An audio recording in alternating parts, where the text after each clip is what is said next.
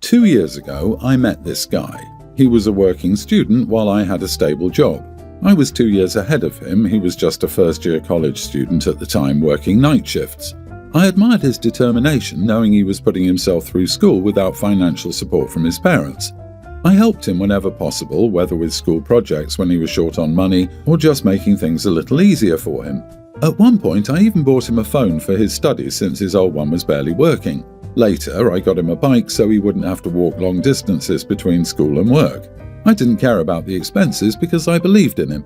I always told him I'd be happiest to see him graduate. Then one Saturday in August, I planned to visit him at his apartment.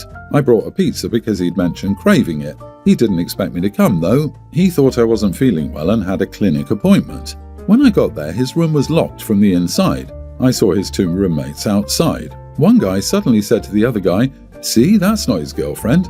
I was confused, but he discreetly signaled toward the room, hinting that he was inside with someone else. I walked away.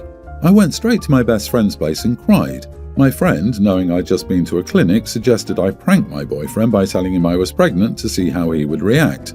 I was heartbroken and angry, so I went along with it. I texted him saying I was pregnant. Since that day, he started offering me soft drinks constantly, even though he knew I never drank them. It felt weird, like what was he trying to do? A week later, he told me we needed to meet his parents. That's when I started to panic because there was no actual baby. When I met his parents, my heart sank. His mother's first words were, "Are you sure it's even my son's?" Then, without hesitation, she suggested I get a procedure, saying she knew people who could do it. At that moment, I realized what kind of family he came from. From cheating to pushing for a termination, for a baby that didn't even exist, I knew I had to leave him for good. Now he's been reaching out, saying he regrets everything and wishes he'd stepped up to be a father. He even asked if I would consider coming back. I thought about telling him there never was a baby to begin with, but at the same time, letting him believe it's real is part of his karma. Am I the idiot for not telling the truth? Not the idiot, but you missed the perfect opportunity to tell his mum you weren't pregnant. He must have confused you with his other girlfriend. That would have been such a good drama. You're definitely not the idiot for the prank. It was harmless compared to what he put you through. But the real takeaway is that you dodged a massive bullet with him and his family. The way his mom reacted tells you everything you need to know. If he's still reaching out, it's probably less about regret and more about guilt or control. Whether you tell him the truth or not is up to you, but either way, it's best to keep him in the past where he belongs. Everyone's the idiot here. Yes, your ex is awful, but pranking him is a low. Not as low as his and his family's treatment of you, but a low all the same. Just block and ignore. I hope that your friend is trustworthy, because if it comes out that you were lying, it could be a court issue, or he and his family go around calling you crazy. Agreed. Tell him there is no baby and then never speak to him again. As someone else mentioned, if he believes there is a child and lawyers up, you'll have to spill it at that point, and there's no way you won't look completely unhinged. You need to stop this snowball in its tracks. Everyone's the idiot here, him for cheating, and you for this colossal waste of time, energy and drama. There are no adults in this entire story. My dad, 47, got married to Deb, female 40, a few months ago. I, male nearly adult, live with my grandparents just like my dad did before he moved in with Deb and her 4 kids. I didn't move with my dad because I didn't want to uproot my life again, which we did a lot after my mom died, and I didn't want to deal with the headache that is Deb's oldest son. I don't know all the specifics of Deb's son, male teen, issues, but I know he has a caseworker and Deb gets all these services for him. To summarize everything, he has issues that make him angry and issues with authority that make him violent. He doesn't like school and doesn't want to sleep. He'd prefer to stay up playing video games all night and doesn't like when that can't happen. He doesn't want anyone in his space and is territorial about everything. I met him like 6 or 7 times before I said screw it and refused to go meet up with them. He basically terrorizes his younger siblings and his mom. My dad's being terrorized now too. Ever since the wedding, Dad has tried talking me into moving in with them. I told him no way. He asked me why I didn't want to live with him, and I told him I wasn't dealing with Deb's mess of a family. He said they're our family now too, and I told him they're his. He chose that, but they'll never be mine, and I told him there's nothing he'll say to change my mind about it. He told me they could really use me in the house, and I could be a huge asset for the other kids, and I could bond with them and help keep them safe. He told me their safety is a big concern right now, and Deb's trying to fight for her oldest son's right to get a placement for some kind of help instead of just being thrown into some other kind of help that's not helpful and makes kids like him worse. He told me I have a duty to help the younger members of my family stay safe. I asked him why that was my duty and why he thought his new stepkid's safety was my problem. I said I don't really feel obligated to keep them safe. He signed up for it. I didn't, and I won't sign up for it. Dad told me this is the kind of problem we take on when we become a family. I reminded him again that they were not my family. He made them his, and I'm choosing not to make them mine. He said that means he and I aren't family too, and I said if that's how he takes it, then yeah. Then he said he was disappointed in me dismissing the safety of his stepkids. I told him I was disappointed he wanted to put me in that position to begin with, so we could stay disappointed with each other. Am I the idiot? Not the idiot. So your dad thinks you should step up and be the superhero in a sitcom where he's the lead? Who knew family dynamics came with the side of not letting the stepkids eat your snacks? What OP's dad really wants is a new punching bag for his stepson, so he leaves the other children alone. You made the right decision to stay with your grandparents. You have no obligation to his new family. You're almost a legal adult. Go live your life and do not get pulled into the disaster that your father signed up for. He sounds like he wants you to help him navigate this new burden and be some co-parent to these kids. Run. I would think your dad would be grateful that you're in a safe situation, which means that's one less concern. But I think he wants you there to be a free babysitter who also serves as a bouncer. Nope. I find it funny that parents literally get married and expect their kids to accept the mess they make. At least marry someone that adds value to your life, not more chaos. Sorry for Deb, but not your problem. Exactly. Not your problem. Ideally, Deb should send the teen to boarding school, probably a military boarding school, for his sake and everyone else's. Failing that, he needs to have the video games taken away from him and, if he threatens the safety of the family, get sent to juvie. It may be too late for some tough love, but it's the only thing that might do anything. My 43 female daughter, Annie, tween, was invited to a party at a bowling alley to celebrate a classmate's birthday. Only girls were invited to the party and about 21 girls were in attendance. We were about 5 minutes late to the party and arrived at the same time as another classmate, Betty.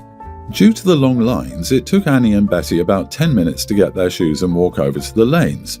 The hostess had reserved 3 lanes next to each other. As typical with bowling alleys, there were 2 curved benches for seating for 4 lanes.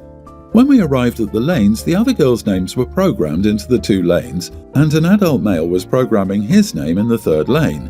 Annie went to the area and was directed to the 3rd lane. I said hi to a few of the other parents and saw that Annie left the area. I asked her where she was going and she said she'd been told to get a blue ball because it was lighter.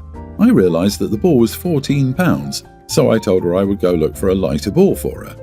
When I returned with a ball, one of the parents asked if I was bowling, and I said I was just getting a lighter ball for Annie. As I gave the ball to Annie, I heard the dad of one of the other girls say to Betty that her name was now on lane 2 as the birthday girl's mom. The hostess Dana came by. I asked Dana if Annie could also be added to lane 1 or 2 and was told that Annie is in lane 3. Surprised, I walked over to lane 3 to see that Annie had been added to lane 3. The only player on lane 3 was Annie, playing with the adult male who we didn't know, with a bunch of other kids named Kid 1, Kid 2 and Kid 3. I then saw Annie sitting by herself. I asked if she wanted to go to the other bench to join her friends, but she said she was on lane 3 and was waiting her turn to bowl, though the adult male was bowling for the other kids. I let her be and went back to talk to some of the parents, but 5 minutes later I realised she was still sitting alone on the bench rather than joining her classmates on the bench for lane 1 and 2. I walked over and asked her again why she hadn't joined the other classmates, and she said that she felt left out. So I asked her if she wanted to go. She said she did because she didn't want to play with the adult male stranger. So Annie and I walked out. As we went out the door, her friends asked why she was leaving and she said she didn't want to bowl with the male stranger. The other parents asked me why we were leaving, and I said that Annie was playing on a separate lane by herself. A few parents offered to have them take turns in lane 1 and 2, but by that time Annie had walked out. I then took her out for ice cream. After we left, I realised I could have asked Dana to divide the girls evenly into 3 lanes, but by then we'd already left. I'm upset that the hostess thought it was okay to isolate Annie, and I'm glad I didn't just drop her off and leave. Am I the idiot if I sent the hostess an email explaining why we left early, how the setup was exclusionary, and that having my daughter bowl with an adult male stranger instead of her classmates was improper? Not the idiot, but you should have asked why a stranger is bowling on the reserved lines. And yes, you should have asked Dana to divide the girls into the 3 lines. But it doesn't help now to send an angry email. It'll only backfire. Dana had much to do with the 21 kids there. Yes, it was bad that Annie was put on the last line, but I think no one was thinking that far. Children have the first come, first serve mentality and all want to be on the lines with their friends. And Dana had to do with all the other stuff, so I think she'll be just angry at an email and it could backfire to Annie and her friendship to the classmate. I disagree. I've never been at a kid's party where a kid is left out like that. It was a terribly poor organisation to the point of being mean. That's on the parent that organised it, and personally they should be called out on that. I can't wrap my head around how they ended up packing 10 kids to a lane when they still had 1 lane empty, but for a single adult in the first place. This entire thing is a mess. What I don't get, the hostess was clearly in over her head. She had a mess already and the people coming late made it worse.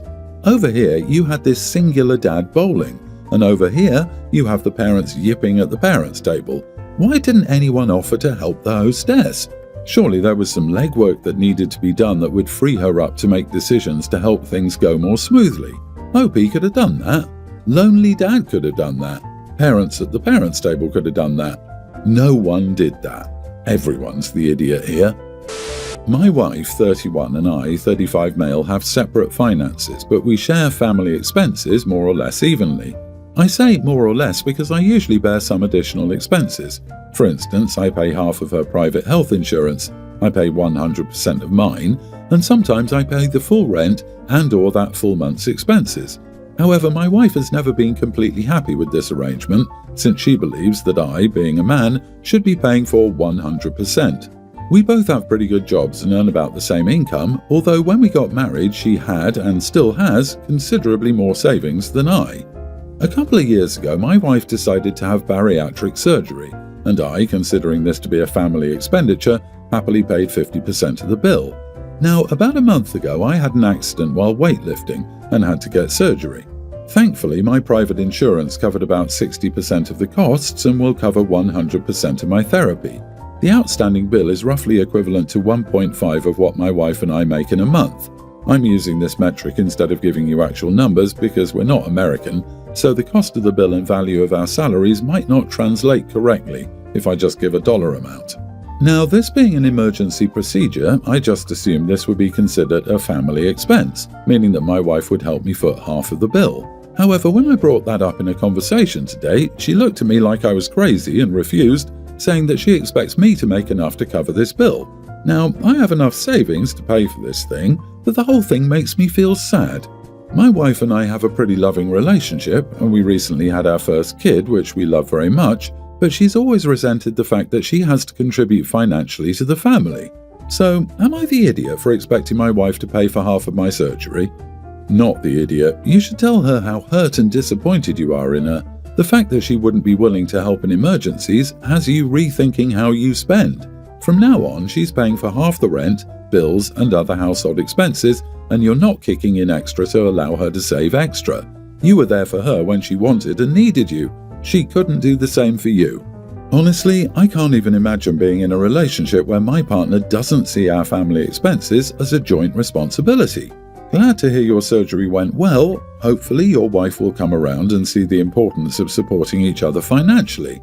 I don't even understand the arrangement, to be honest. They've agreed to separate finances and split expenses evenly. Still, sometimes he pays for everything, but she's apparently always believed the man should pay for everything. They both have good jobs but are on 2 separate private health insurances, but he pays 100% of his and half of hers, even though supposedly they've agreed to split evenly. It sounds like there's no actual agreement and they just sort of make crap up as they go, lol. Anyway, I'll never understand why people marry others with completely opposite convictions about very basic principles of life, such as money. My husband, 34, has this super annoying habit. If he's on his phone, watching TV, or just not in the mood to respond, he pretends he doesn't hear me. I'll ask him something and he'll just sit there ignoring me, even though I know he can hear me. I've called him out on it before, and he always says, "Oh, I just didn't hear you." but it happens way too often to be accidental. So last weekend we were at a family gathering and it happened again. I was trying to get his attention while he was scrolling on his phone and he completely ignored me. I even said his name 3 times. Nothing. So instead of getting angry, I decided to test something. I casually said, "Hey babe, there's cake in the kitchen." Suddenly he snapped his head up and went, "What kind of cake?" I just looked at him and said, "Oh, so you can hear me." His mom laughed, his sister smirked, and my husband turned red and got all huffy, saying I was trying to embarrass him on purpose. Now he's annoyed and says I was being passive-aggressive instead of talking privately to him about it. I told him I've tried talking to him about it and he always denies doing it. Am I the idiot for calling him out like that in front of his family? "You embarrassed me on purpose." No, I showed that you are purposely acting in a way that is detrimental to a relationship. Your family laughing at you shows that they all agree. Oh my dear OP, do it repeatedly until he realizes that being dismissive and gaslighting you is not gonna fly. The next time he ignores you, ask him something like, "If you don't respond, I'm assuming you're agreeing that I can go do X. I asked you and you agreed. It's not my fault you couldn't be bothered to listen to what you were agreeing to do." Selective hearing is plain rude. He clearly is ignoring you, and if he isn't doing it on purpose, he needs hearing aids. I'd feign concern and force him to see a doctor. Either that or do the same thing right back to him until he realizes how problematic it is. Either way, you're not the problem here.